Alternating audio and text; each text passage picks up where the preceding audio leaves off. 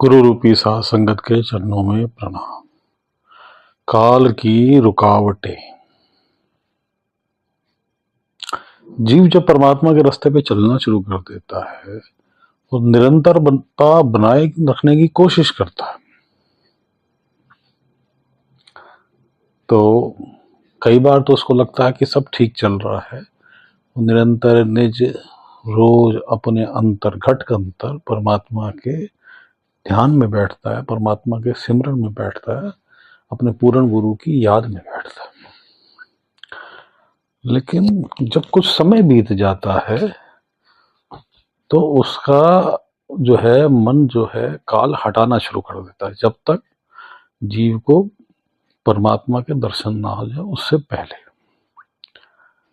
या कोई तकलीफें उत्पन्न कर देता है, जीव संसारिक कष्ट आ जाएंगे, या कोई जीव बीमार हो जाएगा, या उसका मन नहीं लगेगा संसार की इच्छाओं के की वजह से, संसारिक कष्टों की वजह से, शारीरिक कष्टों की वजह से, और भी कई अन्य कारणों की वजह से। तो ये क्या है? ये काल का भटकाव है। जब काल देखता है कि जीव जो है वो अडिग होता जा रहा है, वो परमात्मा के मार्ग से हटने को तैयार नहीं है, तो चाल जो है अपना ये पासा फेंकता है। देखोगे आप, जीव निरंतर सत्संग में जा रहा है, सुन रहा है, परमात्मा में ध्यान लगा रहा है, सालों साल लगा रहा है, लेकिन अचानक उसके मन के अंदर ऐसे विचार उत्पन्न करेगा, ऐसी परिस्थितियां उत्पन्न करेगा संसारिक, कि उसका मन जो है वो कुछ समय के लिए वो हटना शुरू हो जाता है। अब ऐसी स्थिति में जीव को क्या करना चाहिए? यही परीक्षा की घड़ी है। जीव को अडिग रहना है। जिस प्रकार चींटी जो है, अगर किसी दीवार पे आप चढ़ती देखोगे तो चींटी दीवार पे चढ़ती है और गिर जाती है, फिर चींटी दोबारा दीवार पे चढ़ने का पतन करती है और फिर गिर जाती है। ऐसे सैकड़ों बार पतन करने पे अंत में चींटी जब हिम्मत नहीं हारती तो चढ़ी जाती है। उस प्रकार जीव जो परमात्मा के ध्यान में लगा है, जिसकी मंजिल जो है वो दूर नहीं है, उसको श्रद्धा और सब्री, परमात्मा के दरबार में जाके श्रद्धा से और सब्र से बैठना पड़ेगा और निरंतर परमात्मा को याद करना पड़ेगा। कृपा परमात्मा की होगी। जीव ये निश्चित जान ले कि जीव खुद कुछ नहीं कर सकता, सब परमात्मा की कृपा से होता है। परमात्मा के दर्शन भी परमात्मा की कृपा से होते हैं, पूर्ण गुरु के दर्शन भी परमात्मा की कृपा से होते हैं, और पूर्ण गुरु का जो है साथ वो भी परमात्मा की कृपा से होता है। और पंचनाम भी परमात्मा की कृपा से मिलता है, और काम क्रोध लोभ मोह अहंकार इन ये बस में भी परमात्मा की कृपा से होते हैं।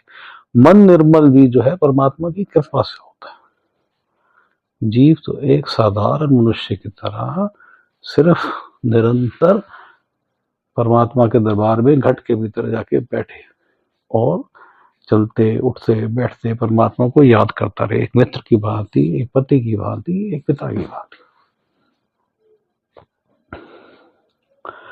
सदैव उसको याद रखता रहे, जैसे माता का ध्यान घर में खाना बनाते हुए भी अपने बालक की तरफ होता है, जैसे गाय जो है वो जंगल चरने जाती है लेकिन उसका घर में जो बछड़ा होता है उसका ध्यान उसमें होता है, उसी प्रकार जीव का ध्यान भी सदैव परमात्मा में स्थित रहे, अपने संसारिक काम करते हुए।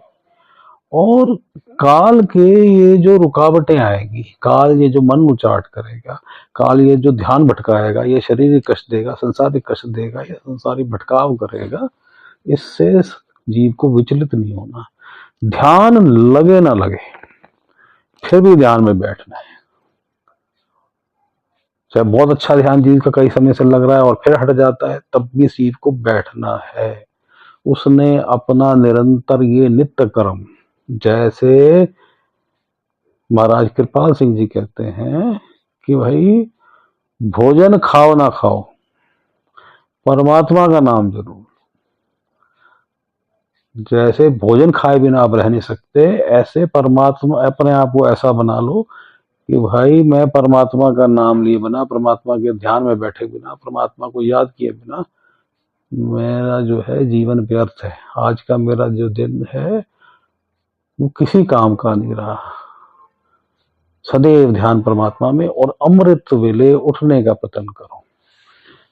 धीरे धीरे धीरे ये जो मन हट रहा है ध्यान में बैठने से, ये जो काल की रुकावटें आ रही हैं, चाहे वो शारीरिक है, चाहे वो संसार की दूसरी तरह की हैं, मन रूपी हैं, ये सब समय अनुसार चली जाएंगी। काल को थक हार के आपके मार्ग से हटना ही पड़ेगा। एक दृढ़ सूरमा की तरह, एक योद्धा की तरह युद्ध क्षेत्र में जो आगे बढ़ता चला जाता है, बढ़ता चला जाता है, उस प्रकार आपने भी परमात्मा के मार्ग में आगे बढ़ते चले जाना है, बढ़ते चले जाना है। चलते रहना, ये नहीं परवाह करनी कि क्या होगा। अपने आप को पूरी तरह से परमात्मा के हवाले कर देना, समर्पित कर देना, अपने आप को पूरी तरह से पूर्ण गुरु के हवाले कर देना है, कामिल मुर्शिद के हवाले करना। तब जाके आप जो है अपने निज धाम में जीवन मरण के चक्र से छूट जाओगे, सचखंड में पहुंचोगे, पूर्ण गुरु की कृपा से, परमात्मा की कृपा से। अब हम मेडिटेशन में बैठते हैं। कहाँ करेंगे मेडिटेशन? हम जहाँ करते हैं रोज, थर्ड आई सेंटर, तीसरा तीर, दोनों आंखों के बीच में, पीछे करके सेंटर में, जिसे हम बिंदी वाला स्थान कहते हैं, और जो हमारा छठा चक्र भी है।